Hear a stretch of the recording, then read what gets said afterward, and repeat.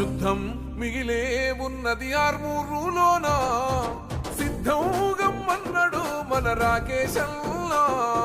ప్రజలే తన ప్రాణం అంటూ కదిలిన నాయకుడు, అభివృద్ధిని కోరి ఆర్మూరు నేలన నిలిసిండు. యుద్ధం మిగిలే ఉన్నది ఆర్మూరులోన, సిద్ధం గమ్మన్నాడు మన రాకేశల్లా. ప్రజలే తన ప్రాణం అంటూ కదిలిన నాయకుడు, అభివృద్ధిని కోరి ఆర్మూరు నేలన నిలిసిండు.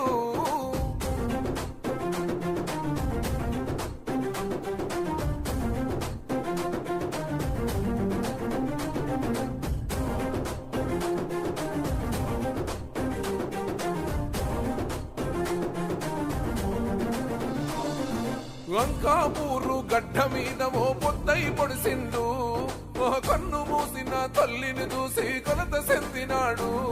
కష్టాలను ఇష్టంగా ఎదురీది ఎదుగుతుండు, సంకల్పంతో ప్రజాభివృద్ధికి పాటు పడుతూ ఉండు. సమాజమే లక్ష్యం అంటూ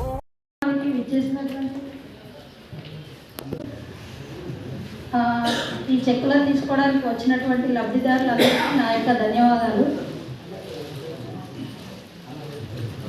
ఈ ఆర్మూర్ మండలానికి మొత్తం కళ్యాణ లక్ష్మి షాదీ ముబారక్ మొత్తం కలిపి 96 చెక్కులు వచ్చినాయి.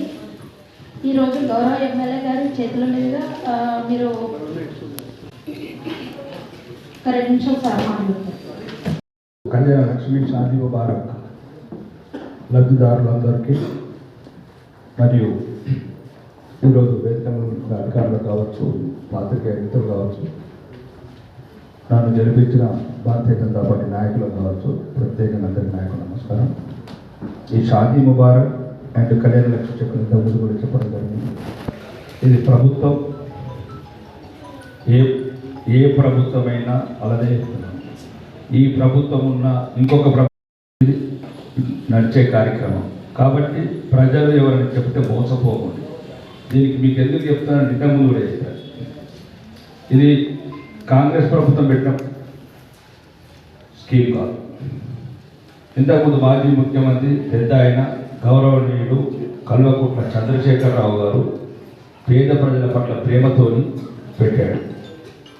అంటే చంద్రశేఖరరావు పోయిన స్కీమ్ ఆగలేదు అంటే చీపురు కట్టు ఉంటే తీసుకుని సార్ చీపురు కట్టే అంటే అంటే ఉంటుంది కదా. అబద్ధం చెప్పకు, నేను చెప్తే నిజం చెప్పమని చెప్పావు. మా ఎమ్మెల్యే సార్ చెప్పిండు, నిజమే రేవంత్ రెడ్డి నా ఇంట్లోకి వెళ్ళి ఇస్తలేడు, ఇవి ప్రభుత్వ నిధులు మేము పన్నుల ద్వారా వసూలు చేసి మీకు ఇస్తున్నాం. కాబట్టి ఈ స్కీములు కూడా ఈ మధ్యన ఎందుకంటే మళ్ళీ ఎలక్షన్లు వస్తున్నాయి, ఇప్పుడు 10 రోజులు అన్ని ఎలక్షన్లు వస్తాయి. మేము అది ఇచ్చినాము ఇది ఇచ్చినాము కాదు, మంచోళ్ళని ఎన్నుకోండి, కొద్దిగా గడ్డేళ్ళని చూసుకొని ఇంత రోడ్లు ఇప్పటిదాకా తిరిగి వచ్చిన 6 రోడ్లు కాకండి. సర్పంచ్ గారు ఎక్కడండి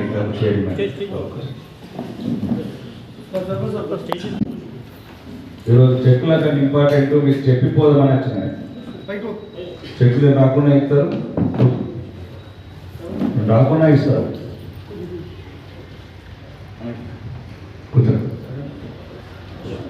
అయితే ఇప్పుడు మీకు నిజమైన పరీక్ష ఉంది. 10 రోజుల తర్వాత 15 20 రోజుల తర్వాత ఎలక్షన్లు వస్తున్నాయి. ఆరుమూరు 10 ఏళ్ళలో ఎట్లా ఆగమైన పార్టీలు ఏ పార్టీని కూడా అనట్లేదు.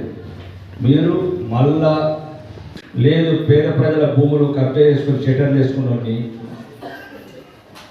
మనుషులు ఆలే మళ్ళీ అదే చెప్తున్నా, గుర్తులు మారుతాయి, గుణం మాత్రం మారదు. ఇంతకుముందు కూడా చెప్పినా ఇప్పుడు చెప్పిన కోర్టు తీసుకొచ్చినాం, 65 కోట్లు తీసుకొచ్చి వీలైనంత మట్టుకు ఇంత రోడ్డు కడుతున్నాం. మా లాలీలు నకిలీ డాక్టర్ నుండి వచ్చి అది ఏం చేయగానే ఆ పక్క పెట్టిన ఫోటో దిగుతాడు.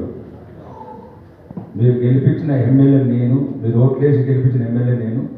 కాబట్టి కొందరు తప్పు పెట్టుకుని డాక్టర్లు అవన్నీ డూప్లికేట్ డాక్టర్లు అంతా తిరుగుతున్నారు రోడ్ల మీద. కాబట్టి ఆ నమ్మకం మీరు గెలిపించిన ఎమ్మెల్యేని నేనే గ్రామం మీద ₹1 ఎక్కువ వేస్తారు, 10 రూపాయలు వేస్తారు, మళ్ళీ మీదైనా పడుతుంది. మీరు ఇసుక దందా చేస్తుంటారు, పైసలు తీసుకున్నాము, ఆ ఇసుక మీరు 6,000 పోసేది 6,500 పోతారు, ఏమంటే ఎమ్మెల్యేకి 500 ఇచ్చినాను. కాబట్టి నేను ఎక్కడ కూడా మీకు చెడ్డ పేరు రాకుండా, ఆరుమూరు నియోజకవర్గం చెడ్డ పేరు రాకుండా ఇంతకుముందు చేసిన పాపాలు గడగతందుకు 2 సంవత్సరాల నుంచి కష్టపడుతూనే ఉన్నా.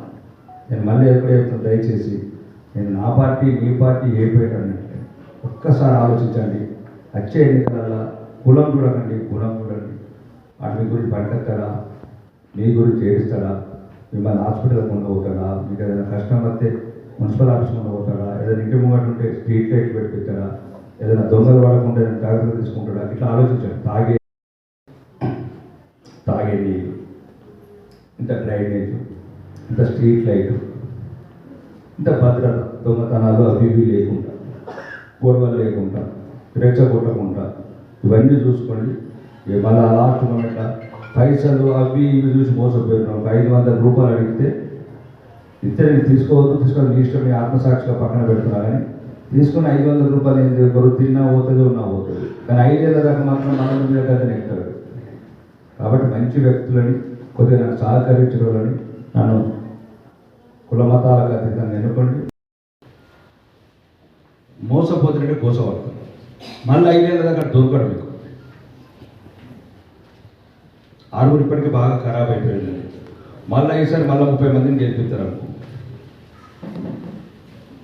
మళ్ళీ మళ్ళీ కాళ్ళ మధ్యన కర్ర పెట్టిండు అనుకో. ఇప్పుడు కొద్దిగా అవినీతి లేకుండా ఆడపిల్లలు కొద్దిగా సౌకర్యంగా అయ్యేటట్లు, ఇంతకుముందు తాగకుండా బీరు బాటలు పనులు కొడుతుండ్రే, ఆమెడికి ఆడపిల్లలు ఇంట్లో కాడ రాత్రి ఇబ్బంది పెడుతుండ్రే, గంజాయి గ్యాంగులు తిరుగుతుండే.